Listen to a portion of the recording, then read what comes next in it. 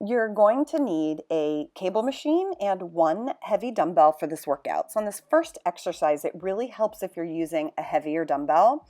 If you're new to this move, start with 12 pounds, but you're eventually going to work yourself up to 15, 20, 25. At my max, when I'm really on top of it, I'm doing about 35 or 40 pounds on this move. So when you start, make sure that you are really anchoring your shoulders and pushing them down towards your hips. It's really important. Keep them locked in place.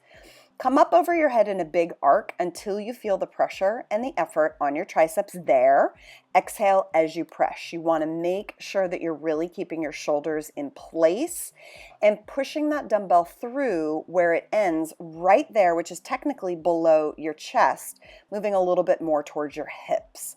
Pause and really contract through your triceps. Use your legs to kick you up to a sitting position. So on this cable press down, it's a little hard to see, but look closely at my hand. I actually have a reverse grip, palm forward position on this. Anchor your shoulder down, pause on the back end, really squeeze through your tricep like bonkers there. Keep your neck long, shoulders down and back, and you want to bend your elbow and stop so that that lower arm is just breaking parallel to the floor. You don't want to come up too high, but your palm is essentially in front of your chest right there. Exhale as you press. So this one is super cool and it comes from yoga. You're essentially going to start at the top of a push-up position. Hands are directly under your shoulders. Feet are separated. You're going to bend your elbows so that your elbows angle backwards towards your hips. Lower down, shift your hands so they're directly under your shoulders. Push up super tall, and then come back into a downward dog here. Lengthen from your wrists to your hips, dropping into your heels so that you're getting a stretch. And I want you to really lengthen out through your arms. That's part of the move. Then you're going to repeat. Elbows angle back, hover, release, tuck your shoulders, push up and squeeze like crazy right there through your triceps.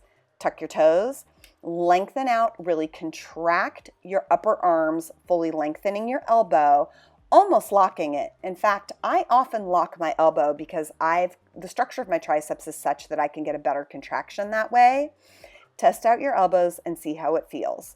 And then you're going to repeat again. Lower hover, roll your shoulders back, push up super high, lifting your chest up to the ceiling, pointing the toes. And again, arms really long here. Imagine that you're shooting your tailbone up and back towards the ceiling to lengthen the space from your tailbone down to your wrists. And that's going to help you to contract your triceps. You can actually see that my triceps are really contracted there. Lengthening out, and then you're going to repeat for the number of sets and reps that really work for you here. I usually go through anywhere from 5 to 10 cycles of these until I really feel limber, until I feel like my triceps are effectively fatigued. It's a great exercise. You also get the value and the benefit of the stretch at the end. I absolutely love this move. And then the next, we're going back to the cable machine here. Ta-da! Next one, we're going to be using the rope on the cable, and it's a straight arm extension. Some people do this exercise for their back, but it works great for the long head of the tricep. Again, always. Shoulders need to anchor down and back, so you push them away from your ears there, and you lift your chest super high, so you're countering. Shoulders push down, chest lifts high, elbow is almost locked. Pause on the back end right there and squeeze the crap out of your triceps. You can see that my triceps are contracted, and just really activate and contract and be mindful. That's really what it comes down to for all effective strength exercises.